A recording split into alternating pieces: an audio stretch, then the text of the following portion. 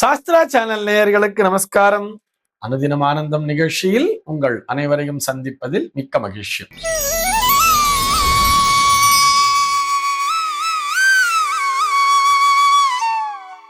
இன்று 28/1/2026 இந்த நாள் குறித்து பஞ்சாங்கம் என்ன சொல்றதுன்னு பார்க்கலாம் வாங்கோ.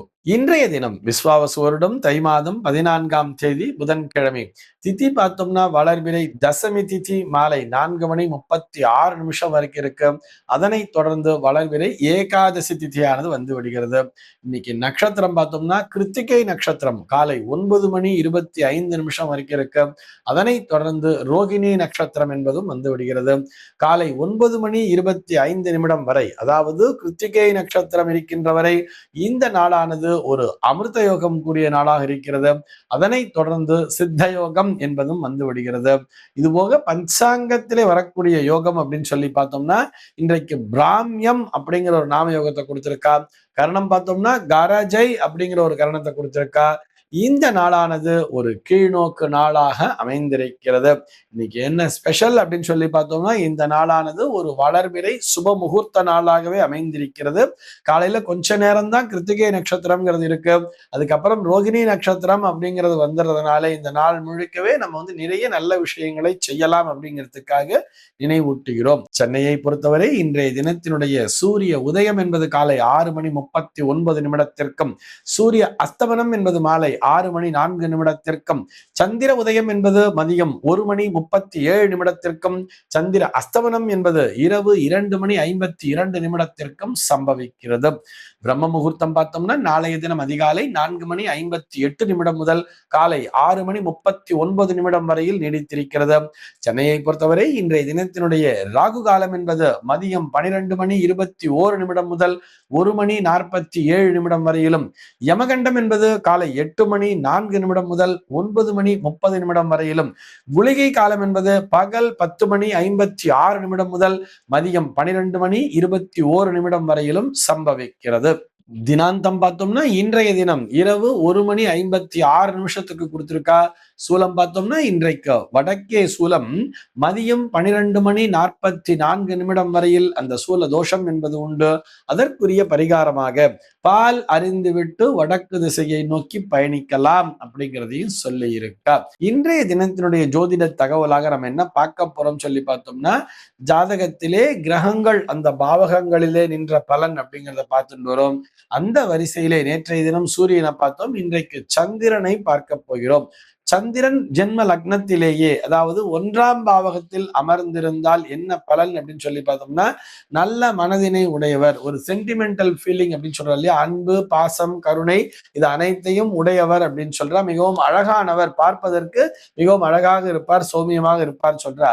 ஆனால் இது அத்தனையுமே வளர்பிறை சந்திரனுக்கான பலன் அப்படிங்கிற மாதிரி சொல்லிட்டு, அதே நேரத்திலே அது தேய்பிறை சந்திரனாக இருந்தால் அதனுடைய பலன் என்பது மத்தியமமாகத்தான் இருக்கும் அப்படிங்கிறதையும் சொல்லியிருக்கா.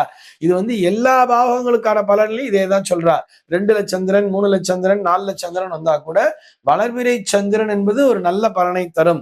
தேய்பிறை சந்திரன் என்பது அந்த தேய்பிறைக்கு தகுந்தாற் போல், அதாவது இப்ப அது தேய்பிறை பிரதமை துதியை திருத்தியை வந்துட்டே இருக்கு இல்லையா, ஒரு பஞ்சமி சஷ்டி வரைக்கும் எல்லாமே நல்லா இருக்கும். தேய்பிறை தசமிக்கு மேல ஒரு சந்திரனானவர் உட்கார்ந்து இருக்கும் பொழுது நம்ம சொல்ற பலன்கள்ங்கிறது இந்த பர்சன்டேஜ்ங்கிறது ரொம்பவே குறைஞ்சிக்கிட்டே வந்துருங்கிற மாதிரி சொல்லியிருக்கா. 2 சந்திரன் என்பவர் இருக்கும் பொழுது நல்ல வாக்கினை உடையவர், அன்பான பேச்சு, நல்ல குடும்பம், குடும்பத்தின் மீது மிகுந்த பாசம் மிகுந்தவர், அதே மாதிரி சொல்றார் செல்வ வளம் மிக்கவர் அப்படிங்கிறதையும் சொல்லியிருக்கா. 2 சந்திரன் இருந்தால் 3 சந்திரன், ஏன்னா சந்திரன் சுப கிரகம்ங்கிறதுனால பெரும்பாலும் சுபமான பலனைத்தான் சொல்லியிருப்பார்கள். 3ஆம் பாவத்திலே சந்திரன் இருக்கும் பொழுது இவரால் அண்ணன் தம்பிகளுக்கெல்லாம், அதாவது உடன் பிறந்தோருக்கு சகோதரிகளுக்கு எல்லோருக்குமே நல்ல நன்மை என்பது நடக்கும், அவர்கள் எல்லோரும் இவரால் ஆதாயம் காண்பார்கள் அப்படிங்கிற மாதிரி 3ஆம் பாவத்து சந்திரனுக்கு பலனை கொடுத்திருப்பார்கள். அதே நேரத்திலே 3 தேய்பிறை சந்திரன் என்பது அமர்ந்திருந்தால் ஒரு கோழை, எல்லாவற்றிற்கும் பயப்படக்கூடியவர், தைரிய குறைவு அப்படிங்கிற மாதிரி சொல்லிடுறா. 3 தேய்பிறை சந்திரன் இருந்தால், 4 சந்திரன் அது வளர்பிறையாக இருந்தாலும் தேய்பிறையாக இருந்தாலும் 4 சந்திரன் இருந்தால் ஒரு நல்ல பலனைத்தான் தரும் சொல்றார். 4ஆம் பாவம் என்று சொத்து சுகத்தை எல்லாம் தரக்கூடியது, பரம்பரை சொத்து என்பது கிடைக்கும். அதே நேரத்திலே தாயாருக்கு கெண்டம்னு சொல்றார், தாயாருக்கு ஆகாது 4 சந்திரன் இருந்தால் அப்படின்னு சொல்றார். 5லே சந்திரன் இருந்தால் நல்ல குழந்தைகள், நல்ல புத்திமான் அப்படின்னு சொல்றார். நல்ல புத்திசாலியாக இருப்பான் 5லே சந்திரன். பிரசன்ஸ் ஆஃப் மைண்டுங்கிறது இருக்கும்.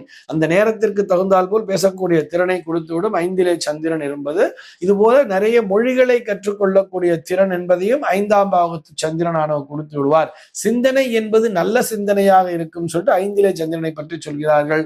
6லே சந்திரன் இருந்தால் கூட எதிரிகளை கூட தன்னுடைய அந்த முக வசீகரத்தால் வசீகரிக்கக்கூடியவர். 6லே சந்திரன் இருந்தால் அவர்களுக்கு எதிரிகள்லாம் ரொம்ப பெருசா இருக்க மாட்டாங்கிற மாதிரி சொல்ற 6ஆம் பாவத்து சந்திரனுக்கு. அதே நேரத்தில் இது தேய்பிரை சந்திரனாக இருந்தால் உடம்பிலே நோய் ரோகவானாக இருப்பான் 6லே சந்திரன் இருந்தால்கிறார். 7லே சந்திரன் இருந்தால் அன்பான மனைவி, அழகான துணைவி எல்லாம் சொல்றா இல்லையா, அதெல்லாம் 7ல சந்திரன் இருந்தா.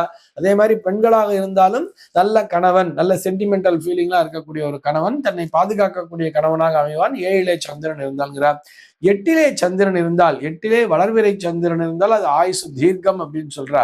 ஆனா அதே தேய்விரை சந்திரனாக இருந்தால் ஆயுர் பலம் என்பது குறையும் அப்படிங்கிற மாதிரி சொல்றா 8லே சந்திரனுக்கு. உடனே 8ல எனக்கு தேய்பிரை சந்திரன் இருக்கு, எனக்கு ஆயுசு குறைவுன்னு நினைச்சுக்க கூடாது. அந்த 8ஆம் பாவக அதிபதி எப்படி இருக்காருங்கிறத பார்த்துட்டு தான் முடிவு பண்ணணுங்கிறதையும் சொல்லிக்கிறோம். 9லே சந்திரன்கிறது வந்து ஒரு நல்ல விஷயத்தை பற்றி சொல்கிறது. நல்ல பரம்பரை, நல்ல அதாவது பூர்வ ஜென்ம புண்ணியம் என்பதெல்லாம் இருக்கிறது 9லே சந்திரன் இருந்தால். 9ஆம் இடம்ங்கிறது பாக்கியத்தை தரும். சந்திர திசையிலே நல்ல அதிர்ஷ்டத்தை பெறுவார் 9ஆம் இடத்தை சந்திரன் இருந்தா அப்படிங்கிறார்.